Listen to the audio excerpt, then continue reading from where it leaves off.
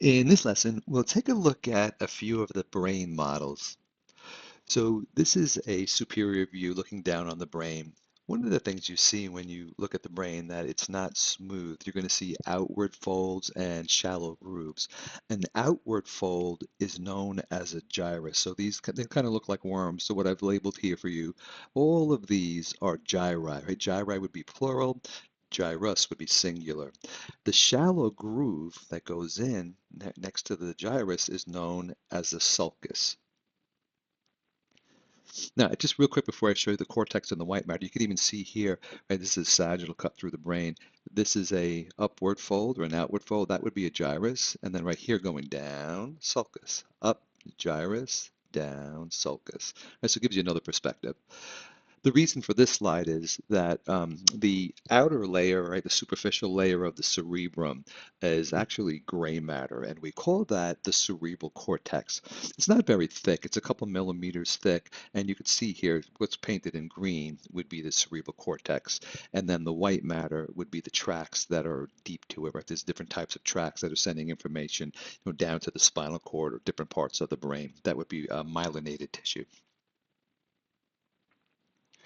When we look at the cerebrum, we can divide the cerebrum into two sides. We call them hemispheres, right? Hemi means one half, right? So looking at this brain here, right, this would be the left cerebral hemisphere, and on the other side would be the right cerebral hemisphere. Now, what divides the brain into two hemispheres is this deep groove right here going down the middle. A deep groove is known as a fissure. Okay, so that doesn't go all the way through. It goes down pretty far, but it is a deep groove called the longitudinal fissure. There's another fissure I'd like you to know. When we look at the posterior part of the brain, so I know this is a back view, not because I have it labeled here, but because the cerebellum is in the back. That's always a landmark you can use for being posterior. A deep groove right here that separates the cerebellum below from the occipital lobe of the cerebrum above is known as the transverse fissure. All right, so that deep groove going across right there is the transverse fissure. There is one important shallow groove that I'd like you to know that's named. It's called the central sulcus. It's about the middle of the brain. You can see here there's a shallow groove going up this side, up the left, and then it comes down on the right-hand side. Now, we're going to see some structures in a moment that has some clinical significance. So that's an important landmark, the central sulcus. Here's another view, just from a lateral view, going up this way, and then it would go down on the other side. The other sulcus that's here on the side, this is the temporal lobe we're going to see. And the parietal lobe right here in blue and in red is going to be the frontal lobe. This sulcus right here is called the lateral sulcus.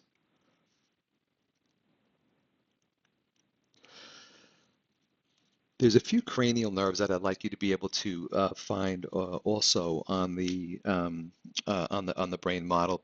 Let's go to this picture here. So what we've done here, this is an inferior view of the brain. Just to give you a little perspective, right? Your right eye would be like right about here. Your left eye would be like right about there, and then the nasal cavity would be in the middle. Right, so these two nerves here are right over the nasal cavity. Let's talk about those first. So these nerves are called the olfactory nerves. They are right above the nasal cavity, and they'll send down fibers that go through the olfactory foramen, if you remember from the cribriform plate, and go right into the top of the nasal cavity. So this is the olfactory nerve. It's responsible for smell. There's one on this side, and there's one on this side. This is also known as cranial nerve number one. So it almost looks like the number one, right? Here's a number one. Here's another number one. There's two parts of the olfactory nerve. This little swollen part right here is called the olfactory bulb. And then the fibers going this way are the olfactory tract. Now, as I said before, the eyeball would be here, and the other eyeball would be about here. So this nerve here, its cut, would go right into the back of the eyeball. This one here would go right into the back of the eyeball. So these are known as the optic nerves. In another video, you'll see where I do the eye model, you'll see the cranial nerve number 2, or the optic nerve, going right into the back of the eyeball. If you look here, you'll see the optic nerve, its fibers. Some of them cross to the other side of the brain here. This optic nerve, some of the fibers cross this way, right? Not all of them do, but some of them do. That crossing is another landmark that I'd like you to know. This is called the optic chiasm.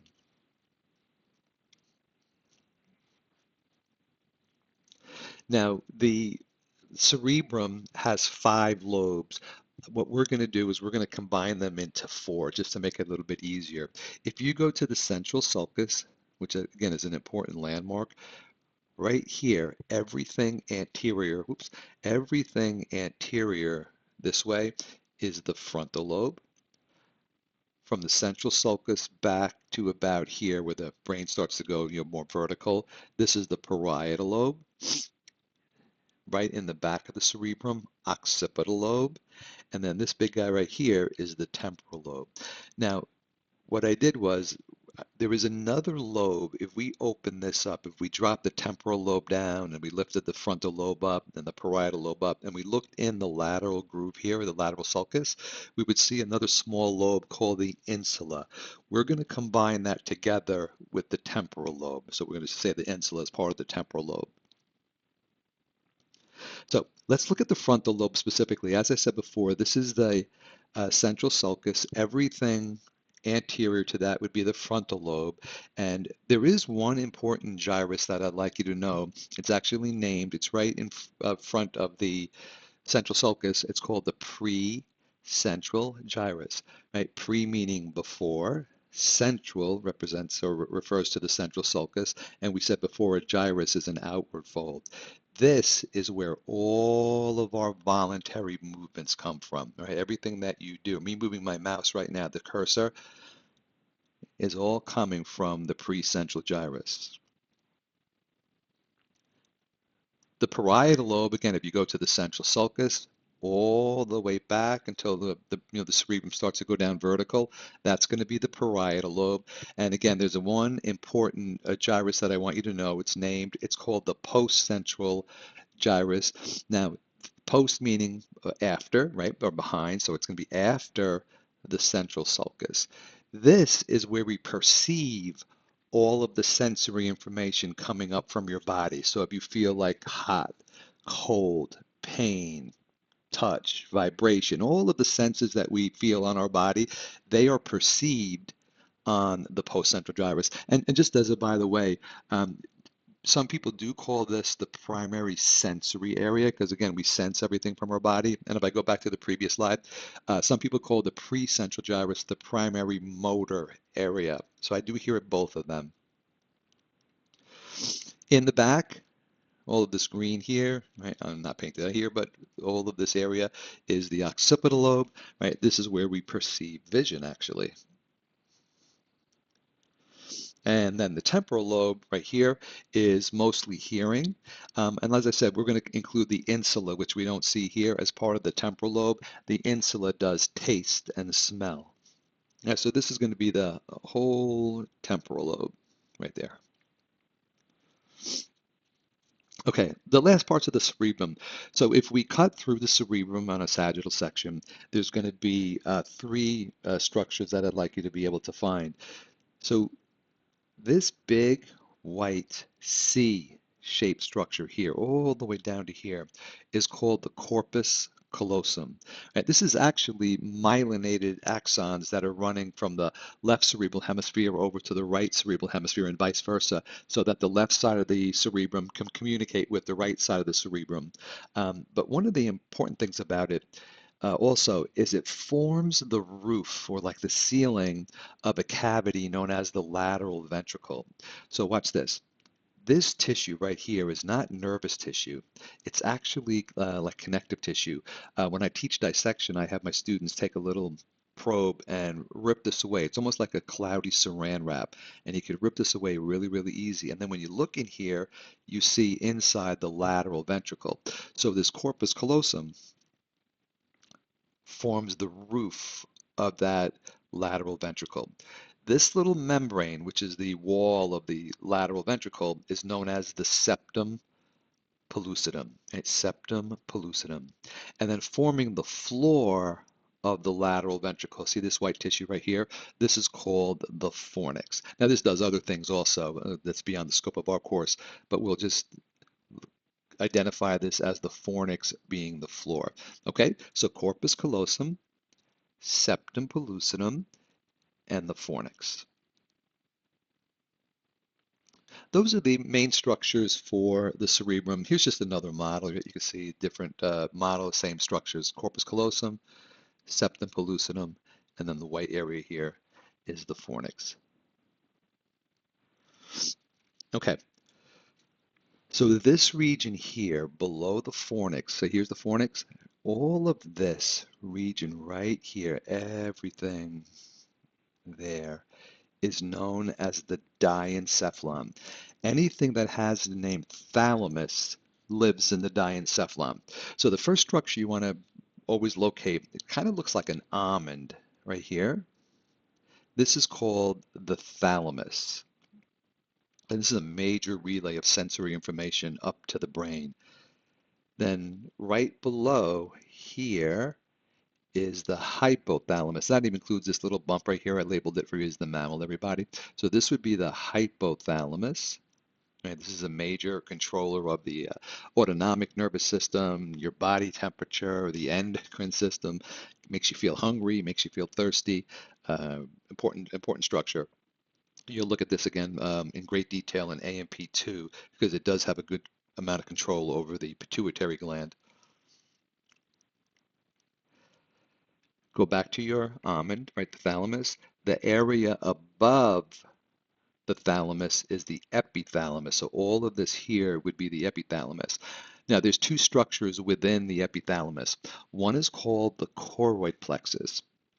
These are blood vessels that are actually leaky and they assist in making cerebrospinal fluid. And so all of that red and blue are blood vessels called the choroid plexus. Think of them as like leaky capillaries. And then right here, that little knob right there. This is called the pineal gland, or some people say the pineal gland.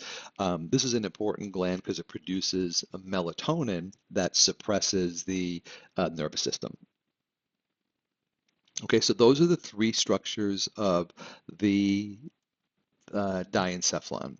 Right here, again, I should say the three regions of the diencephalon. Again, I just did a blow-up picture here, same thing, right? Again, always go to your almond, the thalamus, hypothalamus would be below, epithalamus above, right? Epithalamus has the choroid and the pineal gland. There's some other things there too, but those are the main things. So right below the diencephalon, which was here, is going to be the brainstem. So the brainstem has three important parts. The top part of the brainstem is the midbrain. Some people call it the mesencephalon. This middle part is the pons, and then the lower part is going to be the medulla. Again, you can see it labeled here.